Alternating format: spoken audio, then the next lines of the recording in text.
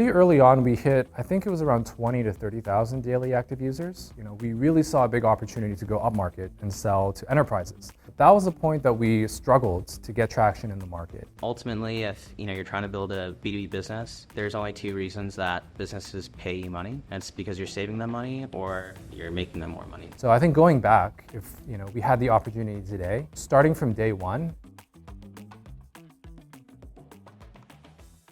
I'm Brandon, founder and CEO of Paragon, and Paragon is the developer platform for integrations. What we do is help software companies integrate their products with different SaaS applications like CRMs, sales, marketing, and messaging software. We started Paragon about 5 years ago in 2019. We've grown in terms of revenue by over 4x in the last couple of years, and we've grown usage to over 15,000 connected users, which we've grown by about 17 times in the last year. I was in college in undergrad and I was studying math and economics. Did a couple internships in private equity and banking. Realized it wasn't really for me. It was becoming possible for anybody to build software. And so I just started to do tutorials and learn how to code myself online. The information, was available for free. I started to get involved in the hackathon community at UCLA. We host a hackathon called LA Hacks. It's the biggest collegiate hackathon in the world. So I met my co-founder, Ishmael, at the hackathon LA Hacks. We started a software development company together called Control LA.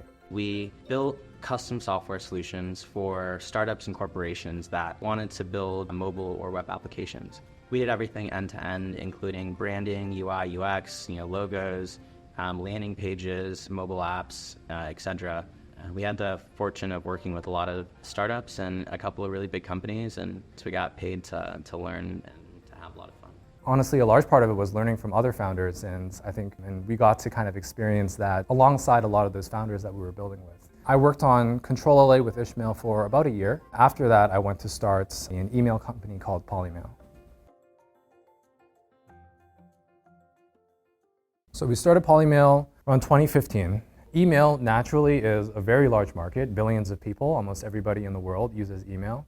Everybody uses email, but no one's very happy with it. There's a lot of opportunity for us to build a much better solution there. We applied to YC. We ended up getting into the summer 16 batch. Pretty early on, we hit, I think it was around 20 to 30,000 daily active users. While we saw good, strong adoption from individual end users, consumers, and we really saw a big opportunity to go upmarket and sell to enterprises, to build a B2B email solution. Every company uses email for work. That was a point that we struggled to get traction in the market. By building a very general email solution, our product just wasn't really well designed for a lot of B2B use cases. We tried over time to take a solution and retrofit it to different problems that we tried to find in the market, as opposed to starting from those problems in the first place and then building the product from that.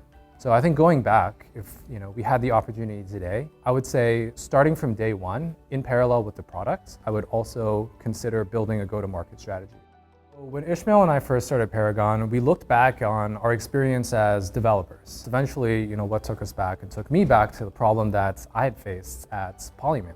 And when we were trying to sell to enterprise customers, hearing the same requests, can you integrate with Salesforce? Can you integrate with HubSpot? Can you integrate with all these different solutions? And having to write code manually to build all of those integrations and basically reinventing the wheel every time. In our discovery process, exploring different ways that we could try and tackle these problems, it took us back to the integrations problem and seeing that until Paragon, until then, the only real solution in the market was for developers to write code for every single integration, for every single API, to build these integrations with what are thousands of different applications in the market today. Through that process, I think we eventually found really strong conviction on if we could build the Stripe for integrations, if we could build the single connecting layer that developers could just install once and instantly connect their product to the hundreds or thousands of different SaaS applications in the market, that's something that could be useful to almost every software company in the world. And we realized then that, hey, this is really an unsolved problem, but the size of the problem is huge. It's like a multi-billion-dollar problem. No one's doing it right. We rebuilt our entire product from the ground up, focusing on that use case of customer-facing integrations. And within 2 months of launching, we saw very strong product market fit, just hockey stick growth in terms of usage, retention, ARR, etc. I think we were able to very concretely define, here is the market that we're trying to build for, here's the problem, here's the value that customers derive if we're able to solve this problem for them. And I think that is ultimately what's allowed us to pursue and capture a much bigger market opportunity with Paragon. I think it's a great thing when customers do one of two things. One, they're already spending time, money, and resources trying to solve this problem. That's when you have like your ideal user. They've essentially validated that, hey, this is a significant enough problem for me to pay people or spend time doing the thing. So when you see people jumping over hoops trying to solve your specific problem, I think that's a great sign. Two, if you have customers using your product and they're reporting bugs and they're telling you all the ways that it could be better, that's actually a very good thing. I think a lot of people get very self-conscious. We do a lot of betas just from our founder network, and I like to report bugs, and people get very self-conscious about that. No, that means I'm using it, and I'd like to see it improve. And if you have customers who are constantly reporting bugs, think, are they legitimately angry? Or are they so excited about your product and they're finding all these different things that they want it to improve?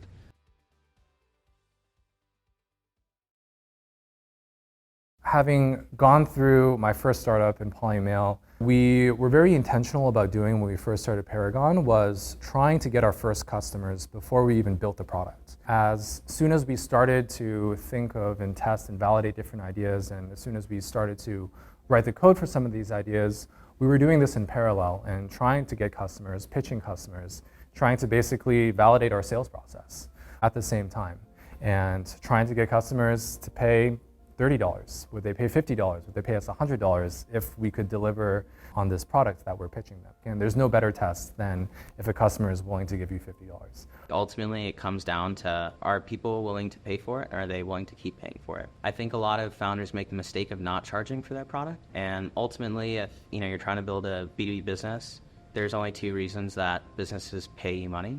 And it's because you're saving them money or you're making them more money. And if you're not providing a strong enough value prop in one of those two things, then they're not going to do it. So charge early and charge as much as possible. Even before you build a product, try to get people to pre-order. That shows intent, that shows value.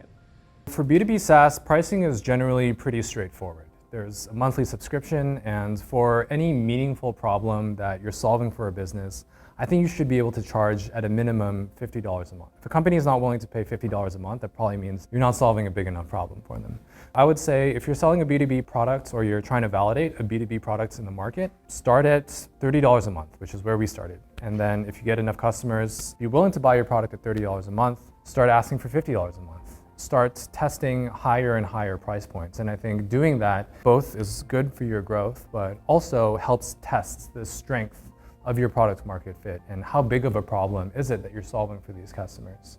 And it's a very iterative approach. I think pricing is always a work in process, and we're still changing our pricing to this day. But I think in that process, you'll learn more about your customers and what they are willing to pay more for, what they're maybe not willing to pay more for, maybe who your customers aren't, and who your customers are that you should be focusing on. First of all, I would recommend every founder who's in the early stages of building their product to try and get your first 5 customers before you actually build the product. There's so many ways that you can do this now. There's so many tools available where you can easily spin up a landing page that sells the value prop of your product.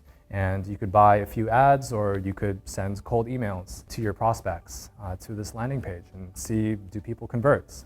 Do they actually buy it? Or maybe you have a wait list, or this is something anybody can do without writing a single line of code. If you can go out and get 5 paying customers or 10 paying customers, probably means that there's some meaningful problem out there that people are willing to purchase, pay money if you can solve, and that's a good sign you should build the thing that you're marketing. If you can't get 5 paying customers, hopefully in that process, you also have the opportunity to treat it like a sales process and talk to those customers, get their feedback, pitch them on the solution that you're building. Even if it's not the thing that they're willing to pay for now, you can get some deeper insight into what are the problems that they have.